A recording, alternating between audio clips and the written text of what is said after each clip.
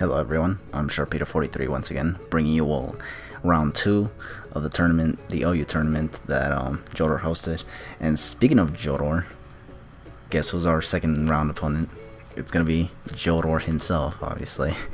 if it wasn't obvious already. But yeah, so we did get to win over Soul Soldier 64 in the last battle, so now in round 2 we're gonna be facing Joedor himself. And if you guys have seen the last battle that I had with Joedor, yeah, he's been kind of having my number recently, just because honestly I think I've gotten a little bit bad at battling. But yeah, I was still, because I brought this team this time around, I was thinking, you know what, this time I should be able to handle Joe. But interestingly enough, I actually had a lot more confidence in Joe this time, against Joe this time, because his team is thankfully not that crazy broken ass team that I had to face against him in the last battle that I showcased, that you guys have seen. He's actually going to be using this seemingly more lenient kind of team that has Gastrodon in it, which is kind of interesting. It has Mega Medicham, which Mega Swampert can outspeed. He has a Clefable, which I think after 2 Aqua Tails in the rain should be able to go down. Like, I think this team kind of can just go down to Swampert if I play my cards correctly. So yeah, I was definitely more confident against him this time around. But again, if I commit even one dumbass thing, it can cost me the battle and I could just straight up lose this right now. So yeah, here we go. Your boy Joedor. Yeah, so here we go. I'm gonna lead off with Ferrothorn. He's gonna lead off with Clefable. Unfortunately, this matchup is not that great because this Ferrothorn can't really do anything to Clefable, unfortunately.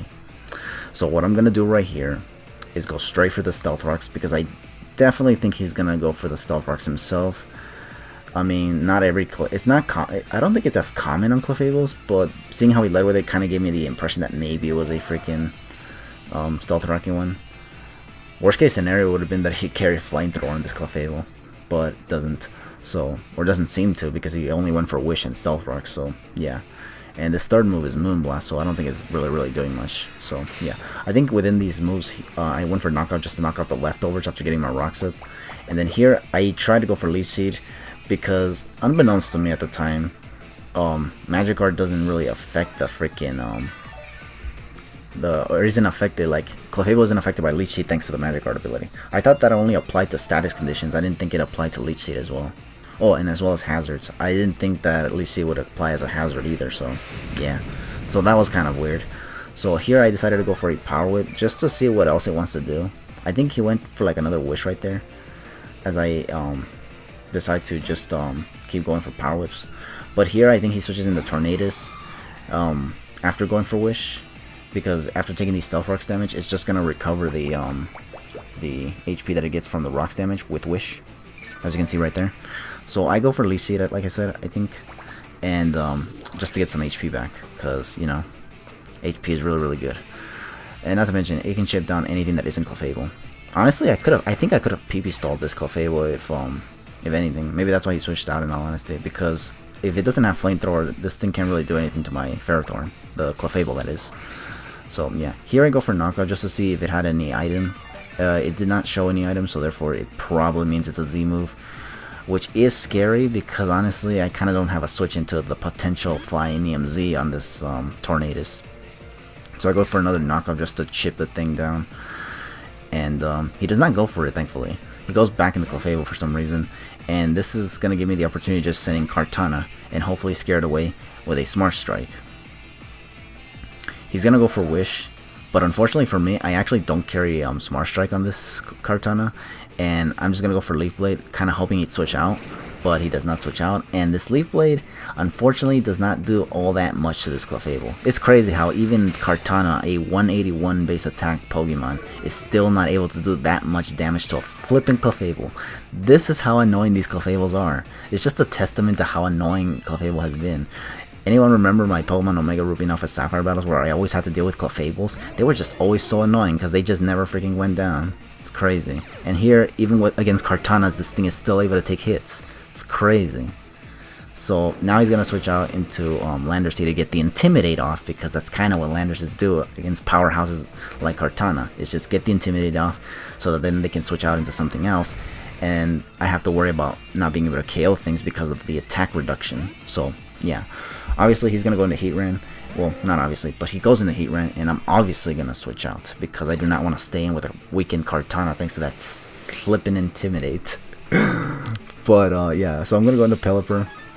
Good matchup for me, thankfully. And yeah, I don't remember. I didn't see what he went for there, but I think he went for like Magma Storm or something. I don't know. Or I just took rocks damage, I don't know.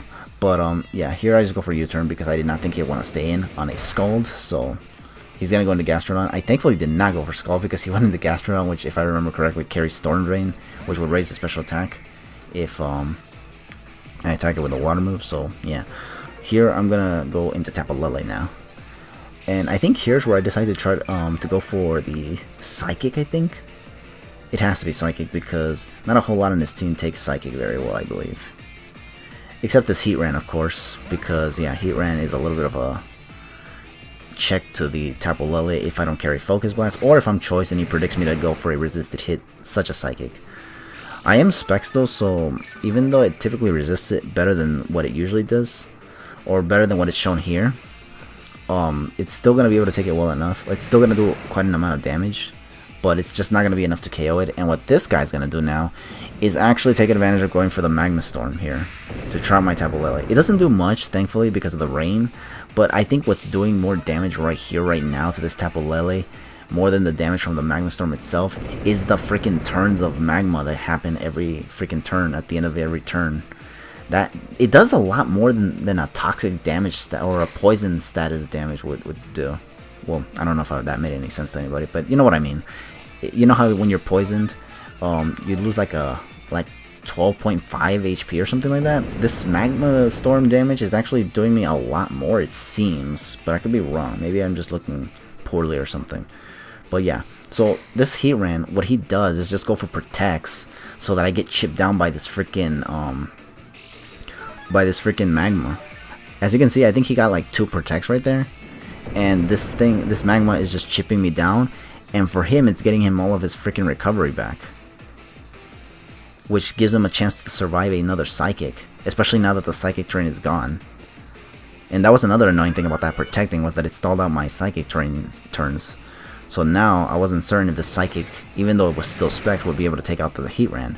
Thankfully, he does not stay in just to take the chance, honestly. He actually ends up switching into Gastrodon, which is fine with me because now I can take out this Gastrodon, which is kind of a pest to my Swampert because of the fact that he can just switch it in every time I try to go for Aqua Tail or something. So yeah, I'm glad that this Gastrodon's gone at least. I'm actually glad he switched out at all, because honestly I didn't think he would. I honestly thought he would just be risky and actually take the Psychic, especially since Psychic Terrain is gone. But yeah, now he's gonna go into Hitmonchan, or Hitmonchan, huh? Does that look like a Hitmonchan to you? No, it does not. That's actually a Mega Medicham, or a Medicham that's Mega Evolving into Medicham. I'm not switching Kartana because since the Psychic Terrain is gone, I was kind of hoping maybe he'd go for Fake Out.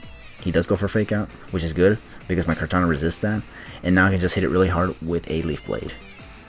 Although I'm not sure if I did that or not. I think I did. Yeah, I think I did go for Leaf Blade because I did not want to play around with a Mega Medicham. So I was gonna say Mega Manectric, but no, Mega Medicham, dumbass. But yeah, go for Leaf Blade. He goes into Tornadus, which does not KO unfortunately because it resists Leaf Blade, and now he's gonna switch out. I think anticipating me to switch out. Oh no, actually I don't switch out because I don't have a switch into Hurricane, so I stay in and go for another Leaf Blade actually. So yeah, so he's gonna switch out, get an Intimidate off, which is annoying. I am able to take out this Landorus-T though, which is good because now I don't have to worry about no dang Intimidators, because those things really annoy my Kartana because it's always getting weakened, and then sending out fat things like this Clefable, and then I can't do anything afterwards. I did try to go for a 1 Leaf Blade here though nonetheless, because I wanted to see if I can maybe get a crit. But I mean I didn't. Although the attack stat is also negated because of the fact that I got the +1 from the Beast Boost after taking out the Landorus-T, but it still wasn't enough to take out the Clefable, so yeah, it kind of needed to come down to a crit, which didn't happen, so yeah. He's able to KO my Kartana with a Moonblast because I was already kind of weakened anyway, so now I just get to send in Pelipper, and I think here I try to go for Scald, because I don't want this Clefable to try to Wish and then Protect and then freaking get all of its HP back, and then continue to rinse and repeat the process, because that would be actually kind of annoying. So now he's gonna send out Medicham, and I think here is where I decide to switch into what's it called, Tapu Lele, because not only was I anticipating a fake out, but also just maybe yeah, I think just a fake out, honestly. Get the Psychic Surge up, and maybe I won't take any damage, and then he'll be forced to switch out. Not that it matters, because only Scarf Tapu Lele can outspeed this thing and retaliate with a Moonblast. But what I really wanted right here with this Tapu Lele was just send it out to get the Psychic Terrain up, so that way I can just send out Hawlucha and just get the Psychic Seed up. I do get it, thankfully, which is really good, because now I can just spam Acrobatics, because right now nothing on his team actually takes this very well. So I get to go for Acrobatics on this thingy. It takes it out. I outspeed it because Unburden has been activated, and I think even if I didn't get it, I think I would have still outsped it anyways. So yeah, here he's gonna go into the Heat Ran. This thing, from where it's at right now, I do think that an Acrobatics can take it out. So I was like, okay, we're gonna go for the Acrobatics.